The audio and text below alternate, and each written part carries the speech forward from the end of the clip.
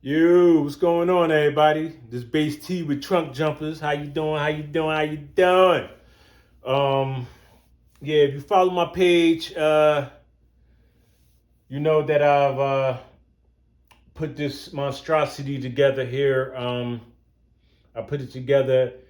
I had it in my truck for about the past 2 or 3 years and whatnot, and I posted some pictures and videos in regards to putting it together and whatnot when I had my shop. Unfortunately, I don't have my shop anymore, and I've moved, so there's been some changes, and I'm going to start posting more often and whatnot. So I'm sorry to leave you guys hanging, but I'm gonna pick it back up. But just to go over my plans, what I want to do is I took everything out the truck, and I want to redo it over. So what I have, I'm gonna go through everything and kind of post my journey along uh, my plans, getting it back to or getting it in a better position or whatnot. There's nothing wrong with it. Everything works fine. Many feet is just it takes up the whole back area, so I'll kind of want to get it more streamlined or trim the fat basically. So I'm gonna go through everything what I have and my plans on improving it and whatnot. Just you know, show you a little bit what's going on and what I do. Um, so I took everything out here. I have two Memphis M5s.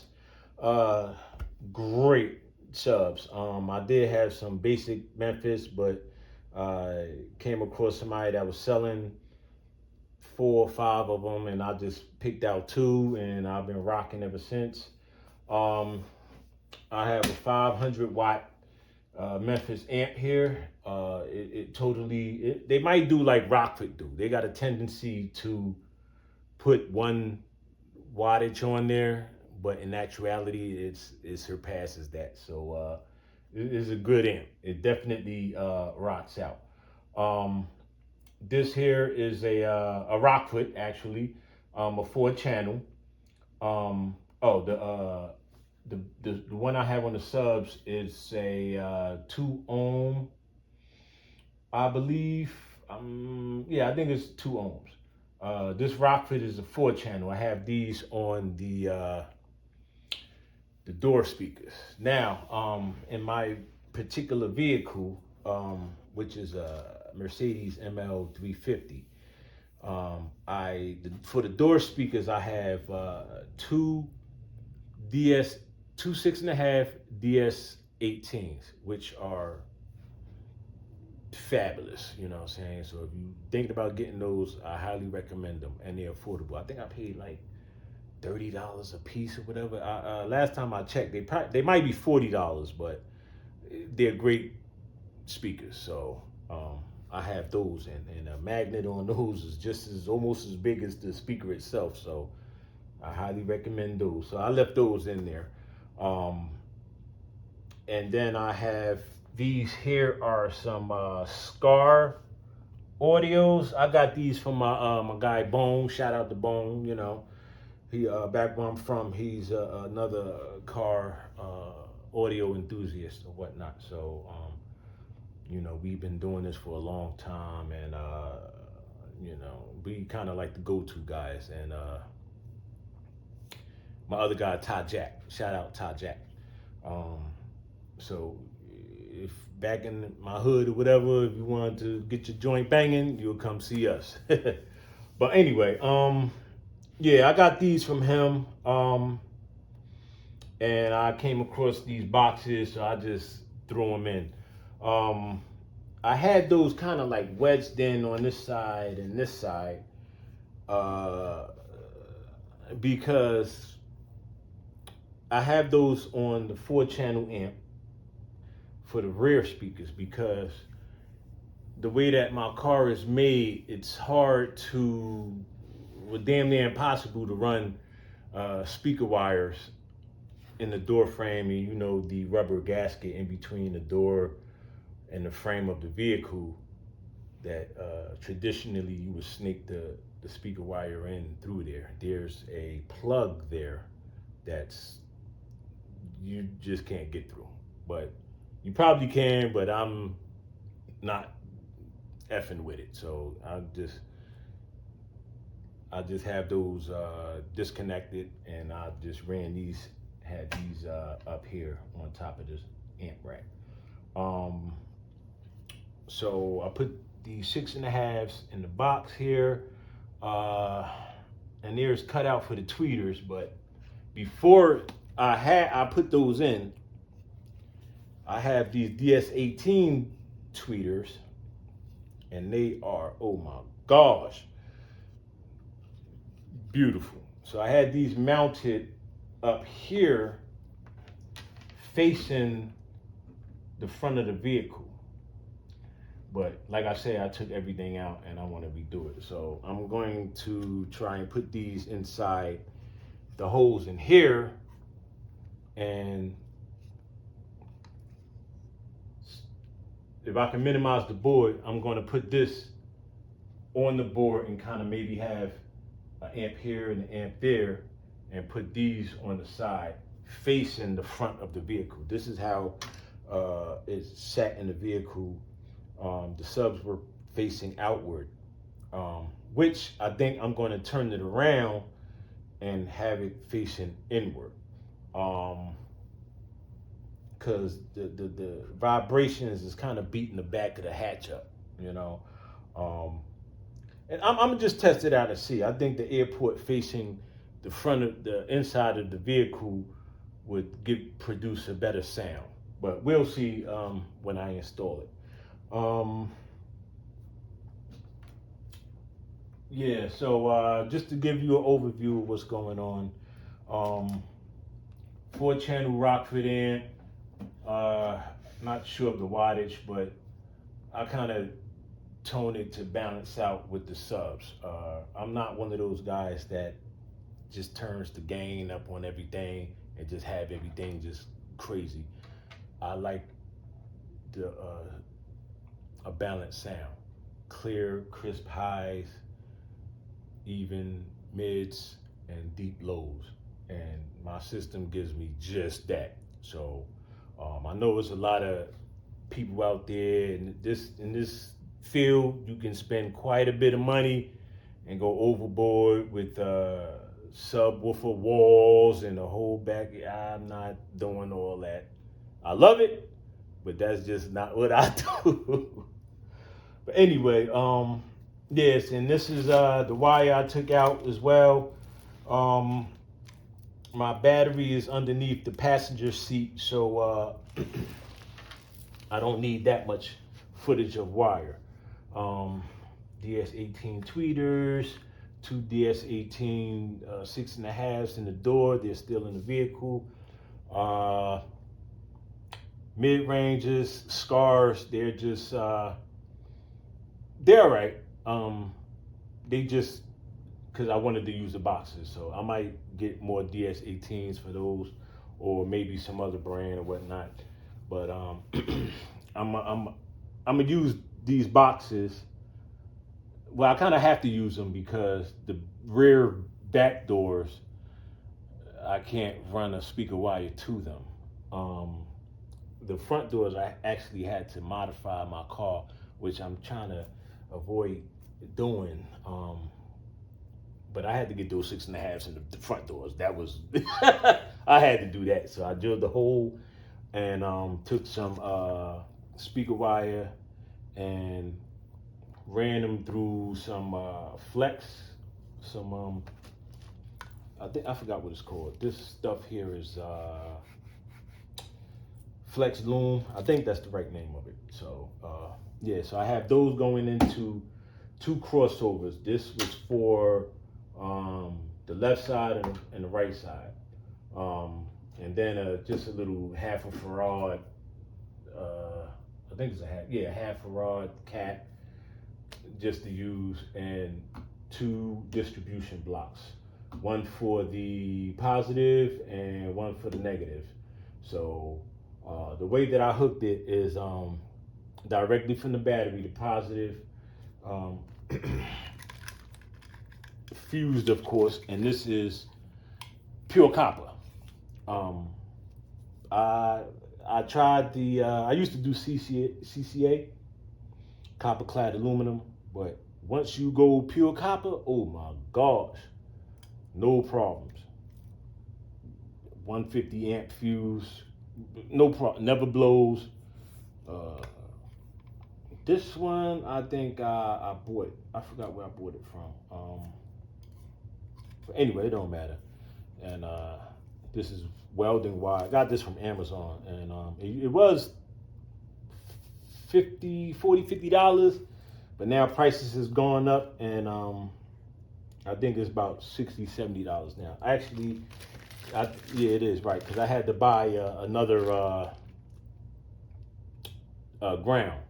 So, like I was saying, I connected this from directly to the battery fuse, and then the other end goes inside the distribution block for the power, which is 1, 2, 3 fuses.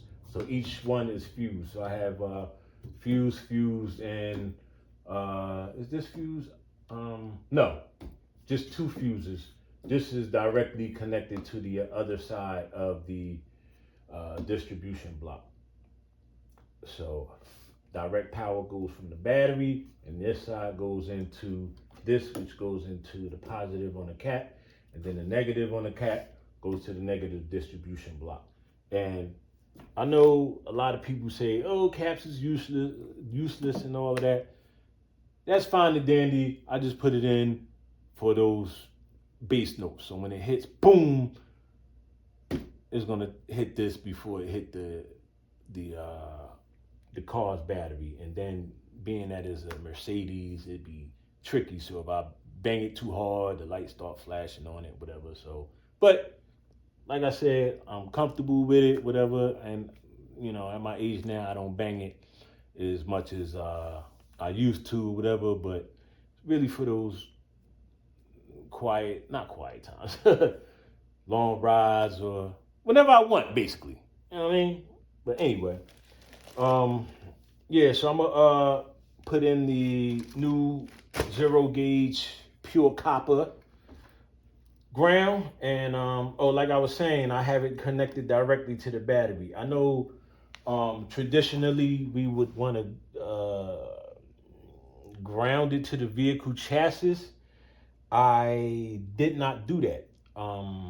I ran it directly to the battery. So positive directly to the battery and the negative to the battery. And here I have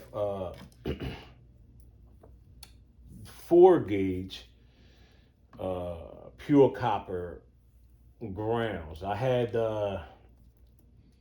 4 gauge at one point, positive and negative, going directly to the battery. But then since then I upgraded and got the 0 gauge. But being that I only had the 0 gauge negative, I ain't gonna say what happened to that. But anyway, in lieu of not having it anymore, what I did was I just used these 2 as the ground, and then ran them both into the negative distribution block. But now that I do have 0 gauge pure copper, I keep saying that because I love the fact that it's pure copper. What I'm going to do is, and let me know if, in the comments or whatever, if I should go through the chassis. Because if I do that, then I will have to do the big 3 upgrade, and that's going to be more tedious trying to connect the big 3 wires to the engine block and the alternator when the battery is underneath the passenger seat. You know what I mean? So, or maybe I've been thinking about this. I might just go ahead and throw a battery in the back anyway. But if I do that, I may have to, I had a device that kind of, I forgot what it's called, but it stops from draining your car battery. So if you, it's for dual battery setups. I had an Expedition and I had it in there, and I left it in when I sold it. But anyway, it stops from draining. So if you have your car parked and you bang in the system, you'll just use the battery that's in the back until that's depleted. It won't deplete the engine, the battery in your engine bay, or that for the car. So you can start your car up in the alternator, charge both batteries. So it automatically did that separation. Um, but yeah, so that's pretty much it for now. Crossover distribution blocks, half Farad Cat, uh, Memphis, mono. I think, is it a mono block? Yeah, it's a mono block. And Rockford 4-channel, and that's going into two 6.5 DS18s that's still in the doors, and the other 2 channels went into these two 6.5 Scar audios. So one thing I want to do is I don't want to use wood. Wood is pretty heavy, but I'm having a hard time trying to find what is it? Is a name for the plastic boards and whatnot. Because with this board, I drilled the holes. I did have 3 amps in here at one time. So I had this one. I had another JL Audio. Ooh, I like those. JL Audio amp. It was a 2-channel sub amp, and the other one was a 2-channel, I want to say sub amp. But I took it out because, come to find out, I only had the 2 connected. When I finally got around to connecting the 3rd one, it was a sub amp, and putting it on door speakers it was a no-go. So I got rid of that and got the 4-channel. So everything is working fine. I'm gonna do it over. I wanted to put like LED lights around here, but I wound up putting some foam because the weight of this started bending and bouncing to get against the subwoofer enclosure. So I put this little piece of foam. I don't know where I get it from, but that stopped it from doing that. But I want to get a plastic amp rack, but I don't know where to find them at. I asked one guy on TikTok. He was like, "Oh, just go to your local Bev." I fucking knew that then. But anyway, yeah. So if anybody knows where I can get a piece of the plastic board, what is this? A 3x2? That'd be perfect because I like the angle because it's a display. And I was thinking about putting like little LED spotlights down there, so when you pop the hatch, it'll shine down or whatever, or like I said, put the LED strip underneath here. But I need to get it where as though it doesn't flex or whatever, and then I can tuck it in underneath. Yeah, you got any questions or anything, let me know. And until then, I'm going to strip everything off, and I'm going to actually use the 4-gauge wire. I got this half loom and shit, and then I got see this is electrical tape. So now I got a bunch of heat shrink. So I'm gonna do it nice and professional. I got everything. So it's just a matter of having the time to do it. Like I said, I don't have a shop anymore, so I have to work outside in the elements, rain, heat, and whatnot. But I love what I do. I'm a telecom specialist as well. I run cables and wires. Is my life, man. I've been doing this for so long. I love it. I'm in the Greensboro area. If you need some help, holler at me. You know what I mean? And we can get it popping. You know what I'm saying? So, what you banging on? You know what I mean? I'm banging on 12s. What you banging on? Some 10s? Let's get them popping. You know what I mean? Holler at your boy. And stay tuned. I'll update y'all on how's it going. You know what I mean?